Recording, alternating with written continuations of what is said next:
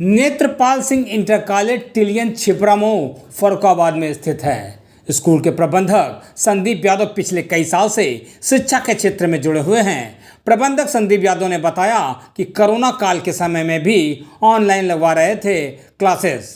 प्रबंधक जी ने कहा कि शिक्षा उस शेरनी का दूध है जो पिएगा वही दहाड़ेगा। उन्होंने कहा कि बच्चों के ऊपर कोरोना की बात से विशेष ध्यान दिया जा रहा है। प्रबंधक जी ने कहा कि अपने जीवन में सिर्फ शिक्षा को आगे बढ़ाने के लिए हमने ये कदम उठाया है। उन्होंने कहा कि कोरोना के बाद से स्कूल में लगवा रहे हैं एक्स्ट्रा क्लासेस। देखिए जिला फर्रुखाबाद से संपादक कुमार गौरव के साथ रोहित की ये खास रिपोर्ट।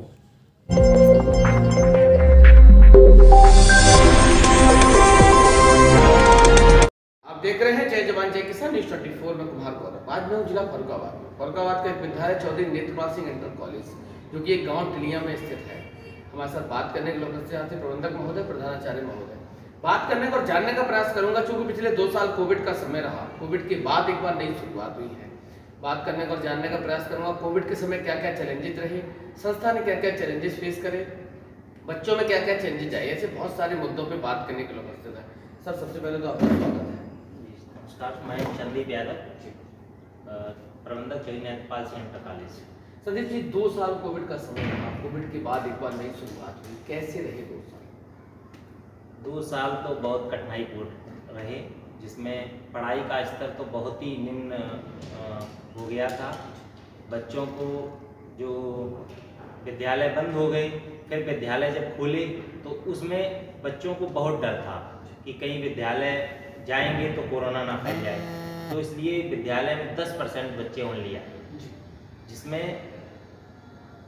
10% ओनली आए, वो भी गार्जियन और प्रिंसिपल दोनों लोगों की सहमति से। सर एक सवाल आपसे है, आपने देखा था कोविड के समय कहीं ना कहीं ऑनलाइन क्लासेस का, ऑफलाइन का गवर्नमेंट ने आदेश करा कि विद्यालय ऑनलाइन क्लासेस चलाए, तो आपका क्या मानना है ऑनलाइन और ऑफलाइन में सबसे ज़्यादा इफेक्टिव कौन सी क्लासेस रहती है? सबसे पहले आपका बहुत बहुत धन्यवाद, आप हमारे विद्यालय में आए, आपका स्वागत है।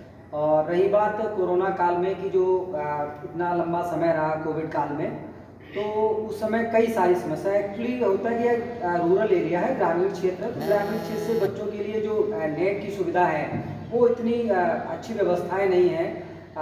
ग्रामीण क्षेत्रों में आप देखेंगे कि इतने स्टैंडर्ड के मोबाइल भी नहीं होंगे जो एंड्रॉयड फ़ोन्स हैं, और उस समय पैसे की भी एक समस्या बनी हुई थी कि एक गार्जियंस जो निम्न से कराएगा, आपको पता है कि रिचार्ज के इतने पैसे बढ़ चुके हैं, तो वो एक बड़ी समस्या थी कि इंटरनेट की सुविधा के प्रोवाइड करा करके और बच्चे को पढ़ाना बहुत बड़ी चुनौती थी। रही बात जो बच्चे आए भी थे उनके लिए जो शासन का आदेश था कि आप पहले गार्जियन से आप साइन करवाएंगे, प्रिंसिपल से आएंगे, उसके बाद उसके बच्चों को पढ़ाना और उचित दूरी से लेकर के जितने भी कोविड के नियम हैं उनको फॉलो करके टीचर के सामने बड़ी चुनौती थी। और रही बात ये होती कि ग्रामीण क्षेत्र में कि हम प्रेशर भी नहीं, बच्चा आज आया, कल को उसे हल्का सा जुकाम हुआ तो उसने कहा कि सर हम कल नहीं आ पाएंगे, तो उस समय ये बहुत बड़ी चुनौती रही कि कैसे हम बच्चों को जो एजुकेशन है उसको कैसे इम्प्रूव किया जाए। जी सर, सरकार का किस तरीके का सहयोग रहा कोविड के समय? सरकार का तो सहयोग रहा ही रहा है। सरकार का ये सहयोग रहा कि भाई विद्यालय में बच्चों के गार्जियन भेजना चाहें तो आएँ, नहीं तो अपने ऑनलाइन पढ़ाई करें। सरकार ने ऑनलाइन की व्यवस्था कर रखी थी कि बच्चों को ऑनलाइन पढ़ाई शिक्षा दी जाए। कहीं ना कहीं विद्यालय 2 साल पूरी तरीके से पूर्णतः बंद रहे, कहीं 2-4-10 दिन के लिए खुले, तो फाइनेंशियली क्या क्या क्राइसिस उस समय फेस किया? देखिए, आपने बहुत अच्छी बात पूछी है कि 2 साल बंद रहने के बाद जो फाइनेंशियल स्थिति थी वो बहुत ही नाजुक रही है, खराब रही है। और ऐसे में हमने देखा कि अभी भी आप देखेंगे कि उसका प्रभाव अभी भी दिख रहा है कि बच्चों के पास बढ़िया स्कूल के लिए ड्रेस का अभी बहुत मुश्किल रही है, बच्चों के लिए जूते पहनने के लिए है, या कई चीज़ें जो होती हैं उसको भी बच्चों को बहुत बड़ा इस कोविड के कारण सामना करना पड़ा। साथ ही चीज़ खाने पीने को लिए भी बहुत बड़ी दिक्कत रही, बच्चों का स्वास्थ्य भी उतना अच्छा नहीं रहा, मेडिसिन को लेकर के बहुत उनको परेशानी उठानी पड़ी कि किस तरह से अपना इलाज कराएं, कहाँ कराएं। कुछ तो गार्जियन अपने बच्चों को डर की वजह से नहीं भेजते कि डॉक्टर साहब के पास भेजेंगे तो वहाँ जो पेशेंट होगा तो हो सकता है उसको कोविड हो तो हमारे बच्चों को कोविड हो जाए, तो इसके कारण भी गार्जियंस ने अपने बच्चों को घर पे रखा। बहुत ही दिक्कत रही इस कोविड काल में बच्चों के लिए। पेरेंट्स से क्या उम्मीद है, किस सहयोग की आप उम्मीद करते हैं जिससे कि एजुकेशन का जो भी गैप रहा उसको रिकवर? जी, जैसा कि शासन का आदेश रहा है, उत्तर प्रदेश सरकार का, माननीय योगी जी की जो सरकार है बहुत अच्छी सरकार है और उन्होंने एजुकेशन के लिए बहुत अच्छे कदम उठाए हैं और उसके लिए सहयोग में हमें जिला स्तर से भी सहयोग मिला है कि आप बच्चों के जो स्कूल आ रहे हैं उनको आप फीस के लिए आप फोकस नहीं करेंगे कि आप प्रेशर नहीं बनाएंगे, अगर पेरेंट्स देता है तो आप लीजिए। और हमने भी जैसा गवर्नमेंट का आदेश रहा है, हमने पिछले सेशन में जो बच्चों की फीस रही थी कोविड काल में, वो बच्चों के मैंने माफ़ कर दिया था, इसीलिए क्योंकि शासन का था। तो हमने कहा सरकार जब इतना सारा बहन कर रही है तो क्यों ना हम शासन के अनुसार हम भी ये सारी चीज़ें फेस करें, जिसको गार्जियन को थोड़ा राहत मिली है और उन्होंने बच्चों को पुनः स्कूल में हमारे यहाँ भेजा है पढ़ने के लिए। सर एक सवाल और आपसे, आपने देखा हिंदुस्तान पे धीरे धीरे वेस्टर्न कल्चर हावी हो रहा है, बच्चे अपनी मूल संस्कृति से दूर जा रहे हैं, क्या मानना है आपका? संस्था ऐसा क्या करेगी जिससे हमारी संस्कृति संस्कार बचे रहें, शिक्षा भी चलती रहे?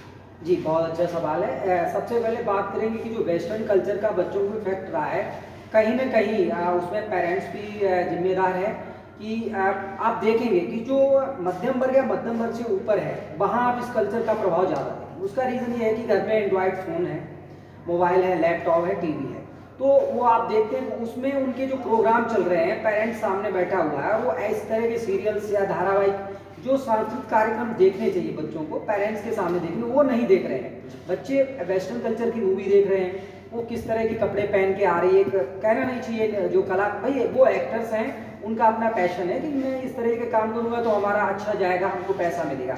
लेकिन एक पेरेंट्स की जिम्मेदारी बनती है कि जो वहाँ पर दिखाया जा रहा है क्या हम उन फैमिली में बैठ के उसको देख सकते हैं। दूसरी चीज़, हम इसमें कहीं ना कहीं वर्तमान समय में जो चैनल्स के द्वारा जो बच्चों को परोसा जा रहा है कि सामने जो आ रहे हैं ऐड, आप एक छोटी सी बात लिख लीजिए, एक महिला ऐड लेके आ रही है, वो किस तरह के कपड़े पहन करके एक सेविंग के लिए या एक किसी कपड़े के लिए या किसी साबुन के लिए ऐड कर रही है। तो क्यों ना सरकार को इस पर भी एक बार सोचना चाहिए कि इस तरह के जो पहनावा है उसके सामने जा रहे हैं टीवी पे बच्चे, छोटे बच्चे हैं, वो तो सीधी सी बात है बच्चे कॉपी करते हैं, तो आप इस तरह के कपड़े पहन करके आएंगे और सामने बच्चों को कहेंगे कि ये वाला कपड़ा अच्छा दिखता है, हम ऐसे दिखेंगे, तो कहीं ना कहीं उसका सीधा प्रभाव बच्चों पर पड़ता है। तो इसके लिए गवर्नमेंट को भी ठोस कदम उठाए जाने चाहिए। संदीप जी, जैसे तुमने बताया कि कहीं ना कहीं ऑनलाइन क्लासेस के दरमियान मोबाइल का मिसयूज बहुत ज़्यादा हुआ, क्या आपका मानना है कि वो ज़्यादा इफेक्टिव रहा, बच्चों को माइंड को डाइवर्ट हुआ? जी, उसमें हुआ क्या है, जैसे बच्चों को फ़ोन दे दिया गया तो गार्जियन तो देख नहीं रहे कि बच्चा पढ़ रहा है या फ़ोन में क्या देख रहा है, तो बच्चों ने पढ़ाई तो 10% की है, 90% उसका मिसयूज ही किया। संदीप जी, प्रधानाचार्य जी, आप लोगों से आखिरी सवाल ये है कि जिस तरीके से कोविड के समय आप लोगों ने देखा था कि ऐसी महामारी हिंदुस्तान के साथ साथ कई अन्य देश इस महामारी की चपेट में आए, ईश्वर से क्या प्रार्थना आप दोनों लोगों को, पूरा विद्यालय परिवार, ऐसी क्या प्रार्थना करना चाहेंगे? ईश्वर से यही प्रार्थना करना चाहेंगे कि भविष्य में इस तरीके की कोई महामारी ना फैले, जिससे हम लोगों को किसी प्रकार की कोई दिक्कत का सामना करना पड़े। सर, पेरेंट्स के लिए क्या संदेश है आपके? मैं पेरेंट्स के लिए कहना चाहूँगा कि अभी पिछले जो कोविड काल में जिस स्थिति में बच्चे पढ़े हैं वो एक अलग मैटर रहा है। अब मैं ये कहना चाहूँगा कि हर पेरेंट्स की जिम्मेदारी है कि हमारा बच्चा जब शाम को विद्यालय आता है तो वो जो होमवर्क कर रहा है, कितना होमवर्क कर रहा है, किस तरह से कर रहा है, और बच्चे की जो लैंग्वेज है वो किस तरह की है, बच्चे में क्या पहनावा आ रहा है, क्या बदलाव आ रहे हैं, उन बदलाव को यदि वो आ रहा है जो एक कल्चर से, सिविलाइजेशन से हटके हो रहा है, भारतीय सिविलाइजेशन से हटके हो रहा है, तो उसके लिए वो एक पेरेंट्स के नाते अपना जिम्मेदारी लें और उसके लिए संबंधित विद्यालय में सूचित करें क्या कि बच्चों को किस तरह की कल्चर क्या यहाँ आपके विद्यालय में भी सिखाई जा रही है, या जो लैंग्वेज है बच्चे गलत लैंग्वेज इस्तेमाल कर रहे हैं सूचित करें, तो एक कम्बिनेशन बनेगा पेरेंट्स और विद्यालय के बीच में, जिससे बच्चों में सुधार हो सके। बहुत बहुत धन्यवाद सर, बात करने के लिए और समय देने के लिए। हमारे साथ थे नेत्रपाल सिंह इंटर कॉलेज के प्रधानाचार्य महोदय प्रबंधक जी, दोनों लोगों ने बहुत बारीकी से बताया था कि कोविड के समय क्या क्या परेशानियां, क्या क्या चैलेंजेस रहे। साथ साथ ये भी बताया कि जो भी बच्चों का एजुकेशन का गैप रहा, संस्था अपना 100% योगदान देगी, जिससे कि आने वाले समय में उम्मीद है कि अगले वाले सेशन में जो भी एजुकेशन का गैप रहा उसको आसानी से आप लोग रिकवर कर लेंगे। न्यूज़ 24 की तरफ से आप सबको, विद्यालय परिवार को नए सेशन के लिए, और उम्मीद है कि बहुत जल्द शिक्षा संस्था जहाँ स्टैंड कर रही थी 2 साल पहले उसी पोजीशन पे आप लोग होंगे, उसके लिए आप सबको बधाई, शुभकामनाएं। पल पल की खबरों को देखने के लिए चैनल को लाइक, सब्सक्राइब और शेयर जरूर करें।